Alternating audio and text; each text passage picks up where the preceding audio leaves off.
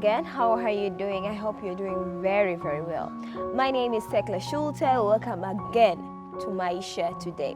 On today's program, we were thinking and we are going to have a simple review on the 5 love languages.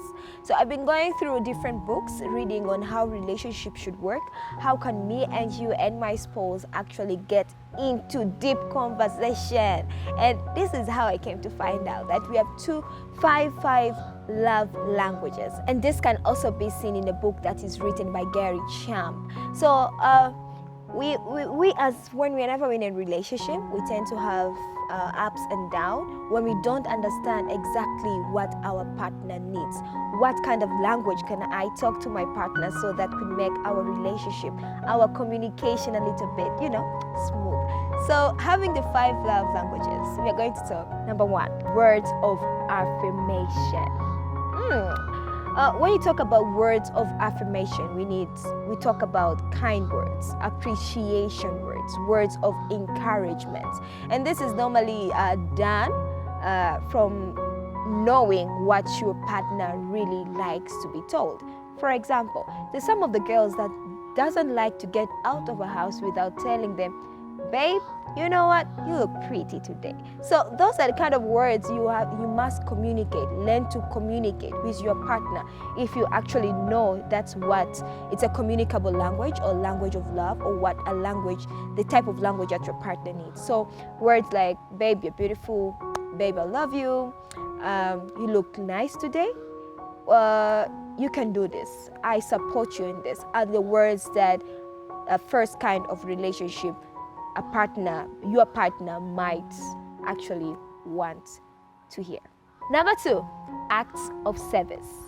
So you can see a kind of a relationship where they're having a lot of trouble in their relationship, or one tend to complain from time to time that I'm doing a lot of work, I'm actually very tired, I need a help on this. So for some one way or another, your partner might be feeling that you don't love him or her because you're not helping him or her with the house chores, helping him maybe draft a report, or actually it might not actually you going really into deep and writing and typing it, but it can actually mean advising on a way towards on how you are supposed to implement the activity. Some of the relationship actually, or couples, really like to be helped, and that can be their type or love language, acts of service. Number 3, quality time. Okay, that's where that's where I come in. So there's this type of couples that your partner may actually like to see you around, see you are always there. Might not have anything to talk to you about, but just seeing you around, moving around in the house, seeing you are there, just sitting around, that is where we say quality time. And quality time, to most of the people, they actually need for you to pay attention on what they are going on in their life, like being aware of actually what is going on. For example, I might be talking to you about a certain issue. This is what you do. Maybe you're using your laptop, you're using your phone, you just keep it aside and say, babe, I'm here, I'm listening, talk to me. So those are the kind of actually activities or quality time that your partner may actually be thirsting for, and might think you don't love him or her because you are not in to chip in that kind of time that he or she needs you. You might not be around, but in the morning you give a call, before lunch you give a call, when he goes to bed you give a call. So it's actually not might be a little bit tricky, especially when a person gets used to it, but it's a love language. Number 4, we are calling the type of couples that they're materialistic. The love language is actually deals or communicates with the issues of gifts. So when a person doesn't receive a gift from time to time, the person tends to feel not loved. So it might not be her birthday, might not be Valentine's, it might not be a certain occasion, but coming back with a little bit of flower, earrings, a cupcake, saying, I saw this on the road and I actually thought of you.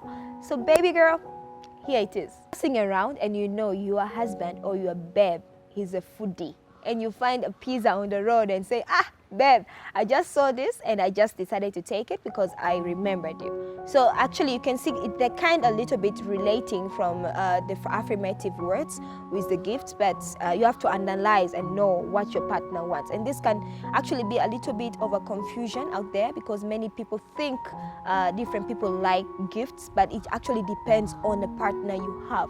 Some of them you might give gifts, but they're actually into quality time. Some of them you might give quality time, but without you talking and saying encouraging words, they also feel unloved.